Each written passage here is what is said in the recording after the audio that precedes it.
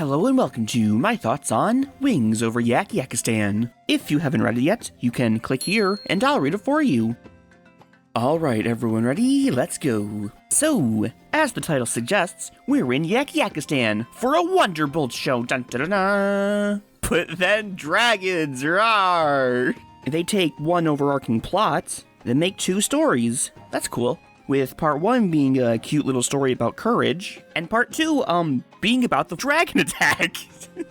I have some mixed feelings about this, the writing, specifically some of the writing. As soon as I got to the part where Spitfire's like, we're not warriors, it made me want to puke. I'm fairly certain Spitfire is brave already. The Wonderbolts have already fought a dragon. Granted, they got wrecked by it. I mean, sure, Spitfire wasn't there, but I mean, it probably counts for something, right? This is a character assassination as far as I'm aware. But even though it makes me want to puke thinking about it, it's not that big of a deal. What I don't like is how she relinquishes control to Rainbow so quickly. I think Rainbow should have just conceded to Spitfire and let her take command. But then again, I guess the story's trying to tell us that Spitfire can't command her team as their captain, so whatever. If I can hold back the vomit for a minute, I really do like the actual story being told. I just hate that it's Rainbow teaching it to Spitfire. But Rainbow's parents telling little stories of scared little Rainbow learning about bravery, that was cute. And now that everyone's all brave, it's time to fight the dragons.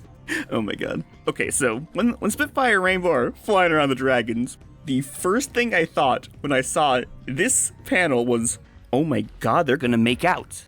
And obviously, I mean, the dragons, they're coming right at each other, and obviously, Pegasi are gonna fly away. They're gonna get Lady and the Tramped. But I don't know why that was the first thing that came to my mind, but unfortunately, they didn't.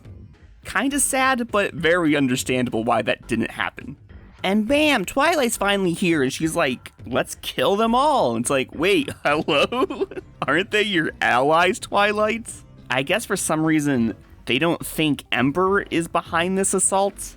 But I mean, personally, the fact that she was the big reveal at the end, not that shocking. I love that part 2 opens up with Twilight being like, man, there might be some dead yaks and dragons, but all this yak lore made it so worth it. That's funny. So apparently, the dragons are pissed because the yaks broke some sacred bond, which Ember is very vague about. And I'm like, yeah, okay, makes sense. And she's also pissed at Twilight for aiding the yaks over the dragons, okay. Spoilers, that's not why Ember's mad at Twilight, but that was the conclusion that I made. After a few racist remarks from everyone, Spike gets pissed and decides he's gonna solve the problem himself. And then immediately gets yoinked by a dragon, which brought him to Ember faster. Nice. And we finally learn how the yaks pissed off the dragons. It was Pinkie Pie. That's all. Bet you didn't guess that was the problem. I didn't. That's such a bad reason. That was really the best thing they could think of. And then Ember just has to make a big deal about, oh, if those yaks even forgot, I'll kill them all. But guess what? They didn't even know in the first place. Wow. Then everything's better. The end. That's a shit ending. But it's so bad, it's funny. But I mean, maybe the reasoning had to be so dumb in order for Spike to yell at Ember, right? The fact that she's getting so pissed over such a small, insignificant thing, who cares? That's what I'm going with.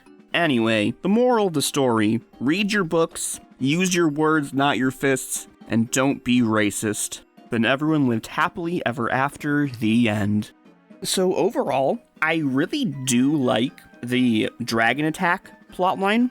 It's actually like pretty good and well written and well paced up until, the end. Other than that, pretty solid stuff. Twilight's a little too gung-ho about fighting the dragons. Not once, but twice she's like, hey Rutherford, wanna kick some dragon ass? Little aggressive, but I mean, this story is about Spike, and if Twilight didn't want to just kill the dragons, then Spike wouldn't have a reason to yell at her at the end, so totally understandable. And I mean, it's not like Twilight isn't looking for a solution on her own, she's just not being the driving force. I don't have any problems with her character, but Spitfire, it just feels like she got disrespected in the entire first part. I feel this way, and I don't even care about Spitfire as a character. That's how bad it is. Just to set the record straight, I changed it so she objected to Rainbow giving the first order. Originally, she's all too happy to run away when Rainbow says, "Wonderbolts, take cover!" That just felt wrong to me, and I didn't even know at the time that Rainbow issued a second order that Spitfire does object to and call insubordinate. So like, what's with this inconsistency with her character? I get the point that they're trying to make Spitfire seem scared, but if they're gonna make her make a big deal about pulling rank, you can't make her just accept Rainbow's first order to hide. Come on! Just show her a little respect. I don't know why, but just thinking about it makes me think of the Navy SEAL copy pasta. But the disregard for Spitfire's character aside, I do really like the actual story about bravery being told, just focusing purely on the content of the writing and not on the My Little Pony shell. I really do like this battle scene. It's pretty cool. Spike and Rarity are trying their best, god damn it. Here are all of the visual edits I made. Like I said earlier, I changed Spitfire's dialogue here. I made Spitfire angry here. Not really a big reason why, just like, she was angry in the panel before and she's angry in the panel after, so might as well make her angry in between. Here, they forgot to color in the magic on Starlight's horn, and like, that's an easy enough fix to make, so I just did it. And while I was at it, I decided to just make the magic greener anyway. These panels I didn't alter, but I did show them out of order, just because I thought it was a little more fluid that way. Because Pinkie Pie didn't look excited when she said there's Twilight, she looked concerned about the giant dragon about to eat her. And I slightly modified Rutherford's dialogue just because, figured he should refer to her by title. Anyway, those are my thoughts. Let me know what you guys think in the comments, and until next time.